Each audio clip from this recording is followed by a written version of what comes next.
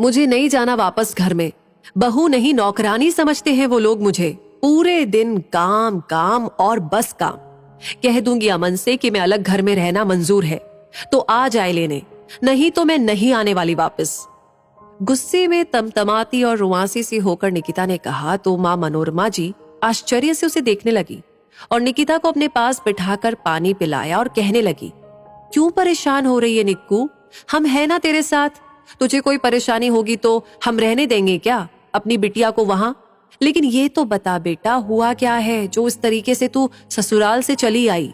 माँ, आज मुझे उठने में देर क्या हो गई? बवाल मचा दिया सासू माँ ने। कहती है बहुओं को जल्दी उठना चाहिए।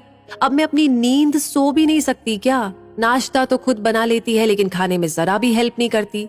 और ननद देवर के कपड़े भी मुझे ही धोने पड़ते हैं। काम वाली भी नहीं रखने देती। कहती है कि अमन की इतनी सैलरी नहीं है कि घर में काम वाली रखी जाए।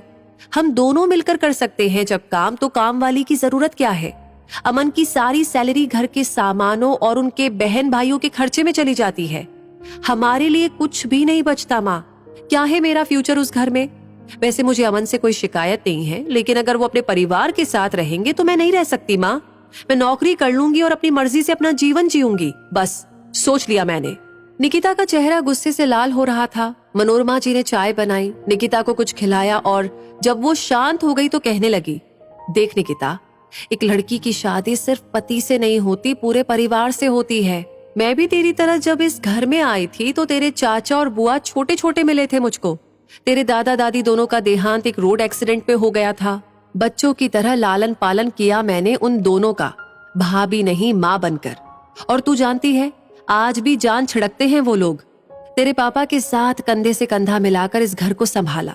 पैसों की कमी लगी तो सिलाई करना शुरू किया, लेकिन साथ नहीं छोड़ा तेरे पापा का।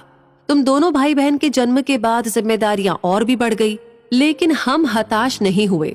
प्यार और विश्वास के बल पर चलाई अपनी गृहस्थी की गाड़ी और हम सफल भी हुए। अब जीवन की सारी खुशियां हैं हमारे पास। सोचो, अगर मैं भी तुम्हारी तरह छोटी छोटी बातों पर चली आती मायके तो क्या होता? तुम्हारे पापा का, बुआ और चाचा का। मैं भी कहती अलग रहेंगे तो कौन संभालता इन दोनों को, बिना माँ बाप के बच्चों को? आज जिन बुआ और चाचा से बात किए बिना तुम एक दिन भी नहीं रह पाती हो, क्या करते ये दोनों? मेरे साथ जो परिस्थिति थी, आज वही परिस्थिति तुम्हारे साथ है बेटा। और मेरी बेटी इतनी कमजोर नहीं हो सकती जो कि यूं हार मान जाए। अमन बहुत अच्छा लड़का है, वो जानता है। वो उन बच्चों का बड़ा भाई नहीं पिता है। आज अपने पति से तू कह रही है कि अपनी विधवा माँ और अनाथ भाई बहनों को छोड़ तेरे साथ नई दुनिया बसा ले। कल को तेरे बच्चे भी तुझे छोड़ दे तो, या रोहन की शादी होने के बाद उसकी बीवी हमें छोड़ने के लिए कहे तो? वो घर तेरा है, वो ननद देवर नहीं तेरे बच्चे जैसे हैं। तुझे वो परिवार संभालना चाहिए बेटा। एक विधवा माँ से उसका बेटा नहीं छीनना चाहिए। तुझे पैसों की समस्या है, तू नौकरी कर ले, अमन को सहारा मिल जाएगा। घर में काम वाली भी रख लेना और अपना पैसा होगा तो तू अपनी इच्छाएं भी पूरी कर सकती है। बात बस नजरिए की है, बात बस प्यार की है। जहां तक मैं अमन को जानती हूँ, वो तुझे लेने नहीं आएगा। हम भी कब तक साथ रहेंगे कोई भरोसा नहीं। इसलिए अपने घर जा, अपने पति और परिवार को संभाल, खुश रह और ढेर सारी खुशियां बांट। एक अच्छी पत्नी वही होती है जो हर कदम पर अपने पति का साथ देती है। और मैं जानती हूँ, मेरी निक्कू जितनी प्यारी बेटी है उतनी प्यारी बहू और पत्नी भी बनेगी।